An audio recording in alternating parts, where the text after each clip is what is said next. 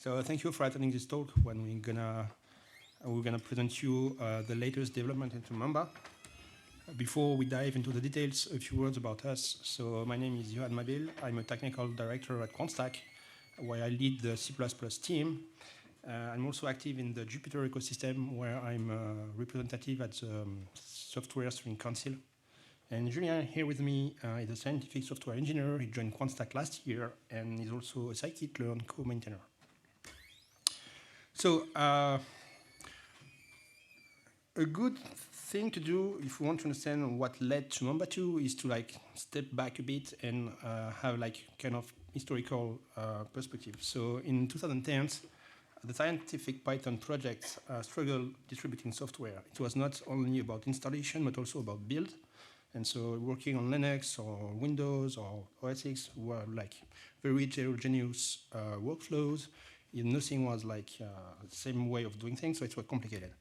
In 2012, Anaconda, formerly Continuum Analytics, solved this problem by creating the Conda package manager and the Anaconda distribution. One thing about this package manager, it's agnostic to the language, so it was solving all the problem of rendering, binary, native dependencies into Python packages. In 2015, an initiative from the community appeared, so the CondaForge ecosystem started. It was based on the Conda package, but there is no company involved in it. It's a pure community project. And it grew for 4 years, so many packages were added in CondaForge. And that made Conda become more and more slower and slower to solve complex environments. So in 2019, there was a prototype started called Mamba. And the idea was to plug the solver from the open-source Linux distribution into Conda. At this time, Conda used by default the solver. It was not it could not be possible to integrate libsolve directly as a plugin into Conda. So Mamba grew more and more, and we incorporated into Mamba more and more features from Conda. But we still have a lot of work to do. So the goal of all this ecosystem, CondaForge, is to distribute open source scientific projects to the world, and in different ways. So there are many aspects of that. First, it has to be effective, so it should be adapted to a multi-language and a multi-platform ecosystem. It is. Fine. It should be transparent, so everything can be inspected from the build to the final packages, and everyone should be able to contribute, and that's the case. It should be resilient, so it should be functional even in presence of failures, and we should not have any massive outage or unavailability of the CondaForge ecosystem. And here we'll see just after why it's not the case. It should not be centralized. It should not be hosted by a single company. We should have many stakeholders. We'll see here why we still have some issues. And it should be secured, meaning that the whole supply chain, not only packages that you download, but the build process, the infrastructure, everything should be protected against attackers. And we're lacking some protection here. So what do we have to do to reach this goal? First, resilience. CondaForge has been historically freely hosted on Anaconda servers. So that's very kind from Anaconda, but it's a point of failure. If tomorrow Anaconda failed or stopped to exist, the CondaForge ecosystem is gone. The decentralization, so same problem. We should be vendor agnostic from any, we should be vendor agnostic. It's not the case. Conda and until recently, Mamba assumed the existence of a default channel pointing to the anaconda.com. And security issues. So today, you cannot upload keys or sign package on the Anaconda servers if you're not anaconda.inc. So that's another problem. So the goal of Mamba 2 was to pledge neutrality. So all of these aspects are part of a more global principle using the open source, which is neutrality. And Mamba 2 pledges to bring this principle to the Conda ecosystem. So first, let's have a look at what was the state of Mamba 1 when we made this statement. So Mamba is articulated around 4 components. The first one is limmamba, which is a C++ implementation of all the core features you need for a package manager. It depends on libsolve, as we said before. Then we expose almost everything from limmamba to the Python through limmamba.py. So limmamba.py is basically a Python bindings library. On top of that, we have Mamba, which is implementation of a CLI. And something a bit weird, so we did not manage to move everything from Conda into Mamba, so Mamba still depends a bit on Conda. And recently, so this year, I think it was like at the beginning of the year, Conda adopted Mamba through Mamba Pi as a default solver. You probably noticed that Conda is faster now. So last piece is micro-Mamba. So micro-Mamba is a total reimplementation of Mamba in C++. The reason for doing that is, well, Mamba usually comes as a distribution, right? So you can download like Miniforge or Mini Conda, and it's like around 100 megabytes, something like that. While micro-Mamba is a single small statically linked executable, like 5 megabytes. And so that's really, really nice for improving CI workflows. You don't have to download hundreds and hundreds of megabytes. But this has some consequences and some limitations. So the first one is we accumulated technical debt over time. Because if you remember, it was like developed, it started as a prototype, and then we just like incorporated more and more features from Conda, but without taking the time to sit at the table and think about design, because we had to go fast, so we could release micro-Mamba for the CI, right? So it's like kind of expected. We don't have any well-public API in Mamba 1. That's a consequence of the first point. There is duplication of logic between micro-Mamba and Mamba. So basically, we implement the same things in 2 different code bases. Another issue is adopting libsolve was a good idea, but we used it for more than just solving packages. So we were reading the repo data files, basically the list of all the packages available on the channel. We were using it for parsing the constraints on your dependencies. So it was just doing too much things. And also we had to open pull request and amend the code of libsolve because it has never been planned for handling CondaForge package and the recipe specification. It was treated for CLI only, so we started to have more and more requests to use Mamba as a framework for developing real application, and not only scripts. So it was definitely not suited for that. I mean, when everything is a public API, it's problematic. And it was supporting only HTTPS protocol and no mirroring, meaning that if you want to avoid a single point of failure, you should be able to host your packages on different places, and like in a transparent way, it was not possible. So all of these limitations appeal for a significant refactoring of Mamba, and so that's what we started. When you want to refactor a software like this one, you have many possible strategies. The first one is, okay, let's start from scratch aside, and we try to reconcile when we're done. Usually the strategy for huge software or hugely used software never works.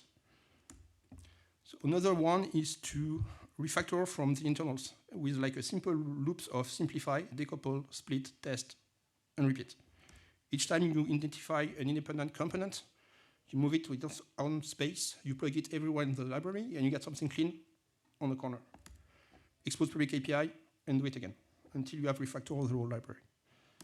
So now, if you look at Mamba 2, it's a complete clear framework. So we still have Mamba in C++, but with less exposed public API. So a lot of things have been like hidden. I will give them more details about the internals for Mamba just after. We still depend on libsolve, but only for solving. So we have isolated a lot of the libsolve code from Mamba. Of course, we still have Mamba Pi, exposing the Mamba C++ to the Python API. Conda is using it, of course. And the most important thing is we removed all the Python code from Mamba. So now Mamba and micro-Mamba actually share the same code base. The only difference is a linkage. So micro-Mamba is still micro-Mamba. Mamba is a dynamically linked version of micro-Mamba, so it depends on limbamba, etc. And you can still upgrade parts like limbamba or libsolve or whatever independently from the Mamba executable in your distribution. If we look more into details of limbamba, so as I said, we still depend on libsolve, but we have now a nice solver isolation layer, and we'll see later how it can help us to plug other solvers. Regarding the components, so we have the core. So core is basically everything we don't know where to put, we put in core. We have the signing or the validation. So this one, this components contains an implementation of the update framework, which is a specification for signing package and more generally for global software supply chain security. It also contains the Conda Trust content, which is a protocol which is implemented on top of TUF. Then we have specs or match specs. So for those who are not familiar with the package world, matching specs or specs are a way of specifying constraints and versions number. And so that's what's done by LibSolve in Mamba 1, and that's now done into a dedicated component in Mamba. Then we have downloaders. So this one has two major new features. The first one is support for mirroring. So you can now host on Anaconda or on GitHub or whatever. And it has an implementation of the OCI registries. It's a new protocol, and you plan maybe to add new ones later. And we have a dedicated component for the solver, and I will give it to Julien to give more details about it. Thank you, Johan. So we also have an API for Mamba on C++, which can be accessed via C++ and via Python using Mamba Py. So when it comes to solver refactoring, it's now improved because the user can now access to the server directly. They can specify the way in Python and C++ how to resolve packages themselves. It was not the case before. There are parts of LibSolve which has been re-implemented. For instance, the parsing as mentioned by Johan. And this basically makes the integration of other solvers possible because then parts are removed and can be plugged easily. And more generally, there's a better support for the specification of dependence called the match spec, which was initially developed at Anaconda and which is being reused by several solvers or several package managers such as Pixie, Mamba, and Conda. It basically is the standard of the Conda ecosystem, and it allows having stability and to specify many complex dependencies. It was not possible before to specify specific builds. For instance, now it's useful and can be used in complex workflow. And more generally, there's improved consistency using a transactional pattern. That is, before you might have had environments which were inconsistent. Shall there be a failure of the network or something on your file system? It is improved, and so every transaction, every installation or modification of the environment is now safe, and if there is a failure, everything will be consistent. So everything should be stable now. So as a recap, if you look at Mamba 2, Mamba 2 now has an uncoupled code base, so it's easier to navigate and to modify it. It has well-defined public API, not only on Python, but also on C++. The CLI micron by Mamba have been unified, so it's just help having less bugs and having the same UX for both executable. LibSolve has been isolated. Before it was recoupled to the code base. It was making causing a lot of problem and bugs. Now it just lives in its own namespace, and it is also reflected in Python and C++, so it's accessible, and we in the future will be able to plug other solvers. So it's a modular framework. It can be used in different manner, not only on the CLI in the terminal, but also in complex applications where they might have people using CondaForge and installing packages dynamically or updating their environments, for instance. This was not possible, now it is. And with the support of HTTPS, Mirror, and OCI registry, what we have is better resilience because we can get access to packages that are hosted on other platforms, such as GitHub. And so now we are working towards integrating resolver for Mamba for several reasons.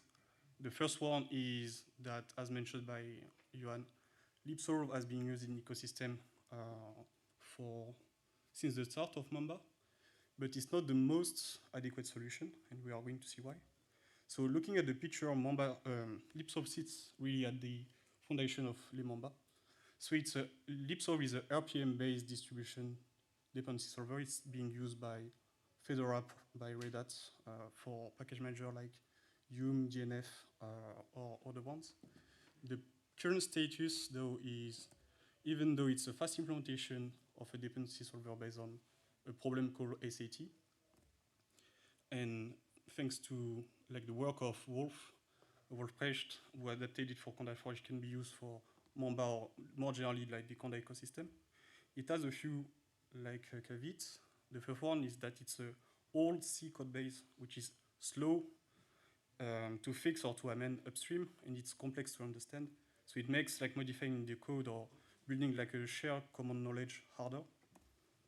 And it's generally, in practice, unsuited for ecosystem with a growing number of packages, such as Conda Forge, where everyone is adding their package. So there's more and more time spent, some time into solving the problem because like the complexity of the problem just grow over time. This is, once again, like really dependent on the internals of libsolve, but this is something that eventually at the end cause problem for our end users application. So Nikita previously mentioned Pixie. Pixie is based on the solver called Resolvo, which is a modern dependency solver. So Resolvo is one of the alternative we currently consider for replacing libsolve. The reason is that it's available out there in the community.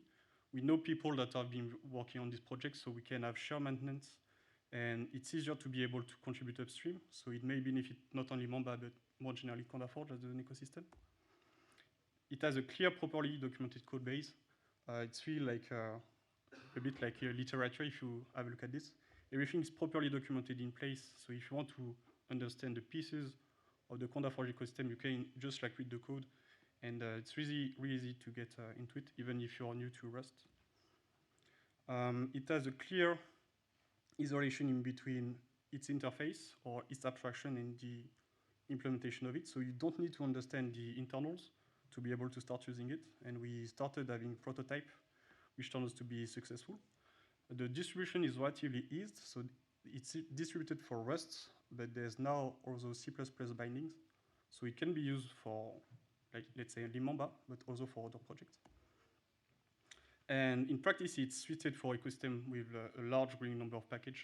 So for Conda Forge, most of the time, or nearly all the time, Resolvo is faster than libsolve, and there are still changes that are like pull requests that are open, which needs to be reviewed to even like increase the runtime of this solver.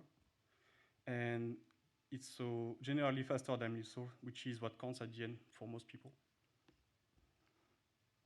So the kind of like picture, what we envision is not to entirely remove libsolve, at least not for now, but to integrate Resolvo as another piece in the architecture of Mamba, with like the potential option for users to choose whether they want to use libsolve and Resolvo. As developer, we need to make sure that the transition is smooth and that there will be no changes of behavior. And so this is going to be progressive, and we need to make sure that there are aspects that we understand, especially about the algorithms of both projects.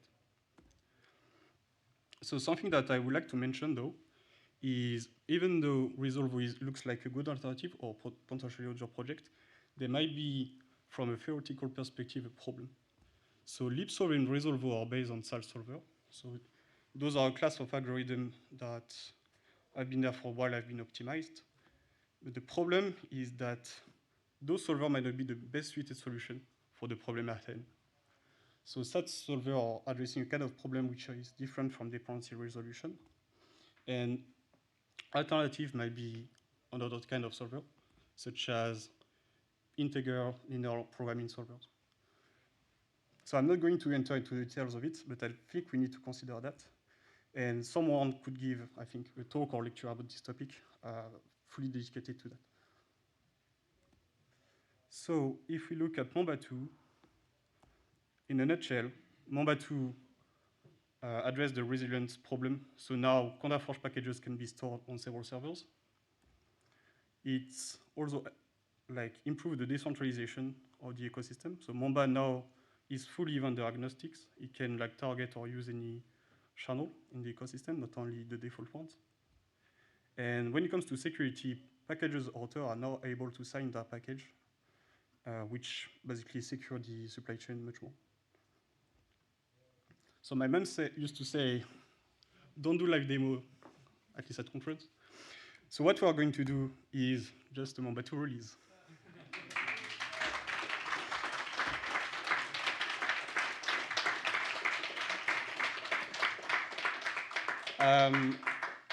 So for those of you who are new to Conda Forge, there's something called a feedstocks, which is a repository on GitHub.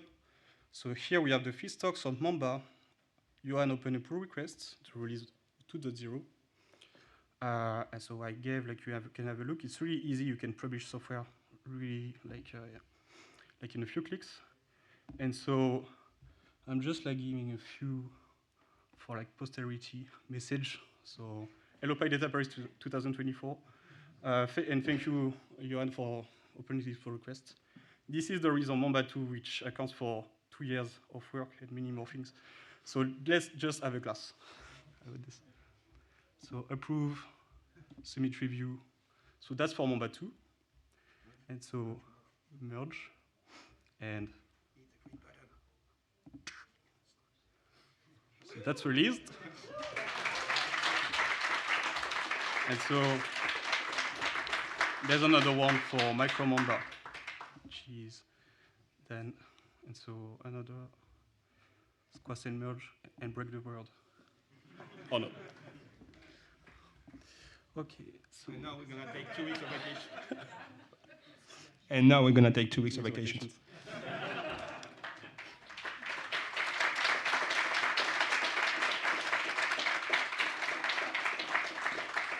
So we like to remember to remind everyone that this work is possible thanks to the financial head of Bloomberg, which funded the work on the implementation of the upgrade framework, TUF, and generally like the refactor of the entire code base.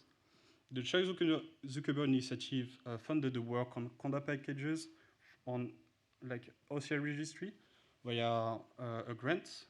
And more generally, this work won't be possible without the expertise of people that are mentioned there. So Johan, Ind, Joel, Antoine have been working for 2 years on this project and completing the inner workings of Mamba. Bas, Remy, Wolf, Yanis, and Jonas, and many more have been involved in the ecosystem, making it possible and like seamless to use everything. I'm just like in the corner. And generally, that's it. So thanks for your time. And now, do you have any questions?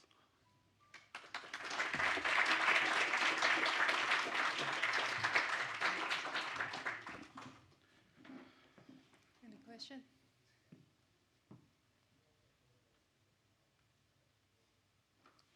Thank you. Everybody's checking if we didn't break anything. Yes.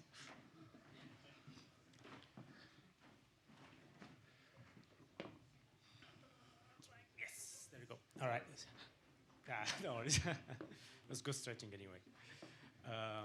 Hi. I've got a small question actually. So I've been using Mamba for a while actually. I've been mostly using Mamba. I haven't used Conda in a long while. But I haven't actually asked myself exactly how much faster it is right now because Conda changed a lot. And I started using Mamba more than a year ago, and I've been using that one ever since. So now with the latest changes from Conda, and I'm guessing with the very new changes from Mamba, how fast are we talking now? So there are several aspects to consider. So there are bits that are, the overall speed of Mamba not only depends on the inner working of Mamba, but more generally the ecosystem.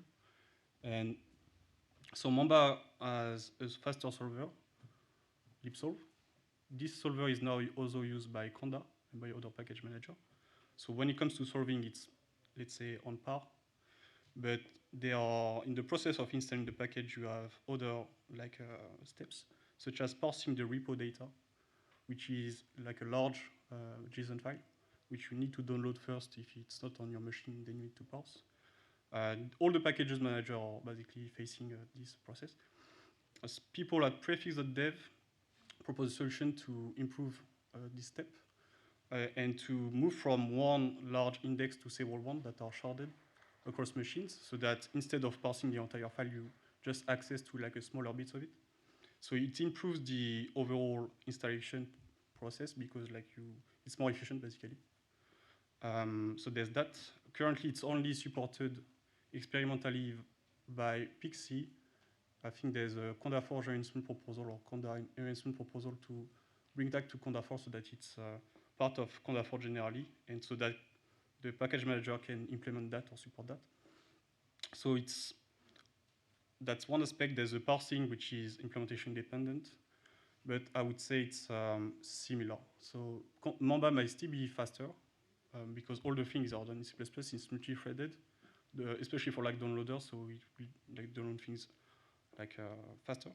But there are in the ecosystem many more things that are not only done on the package manager, but like in the ecosystem, so that it makes the experience like easier. So I would say it's on par, probably faster. I don't know if you want to. Mm-hmm. All right, thank you. Thank you for the question. Okay, I'm supposed to ask a question, but I first want to give a statement. So I'm Janis, one of the people on the slide. I'm the tech lead on Conda at Anaconda. I just want to say thank you, everyone who has worked on this refactoring. And honestly, previously also on Mamba in general, like Conda has benefited from that work, of course, tremendously. Just want to say thank you for this. I think sometimes it's easy to forget that. That's a lot of work. So here comes my question. What was the hardest thing during the refactoring, having gone through some of this with Conda myself? Okay, do you have 1 hour to talk about that? Okay, the top 5. No, so the hardest thing for the refactoring, if I understand the correction correctly, I think it was we made like wrong decision in the beginning of the refactoring when I talked about the strategy to, refactor. It was not exactly that. It was like plugging an external library for the downloading, for instance. We tried to change a huge part of the code at the same time, and so we lost a lot of time with that. We had a lot of regression. So getting to this approach of like repeating small iterations on the refactoring and doing it right. So I mean, it's easy to say it. It's harder to make it in practice. So yeah, that was the hardest part. So no. Any other question?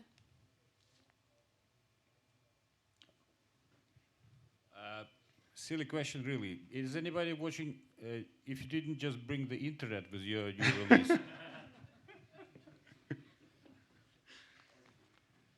I don't have any notification, so I think it's fine for now. One more question.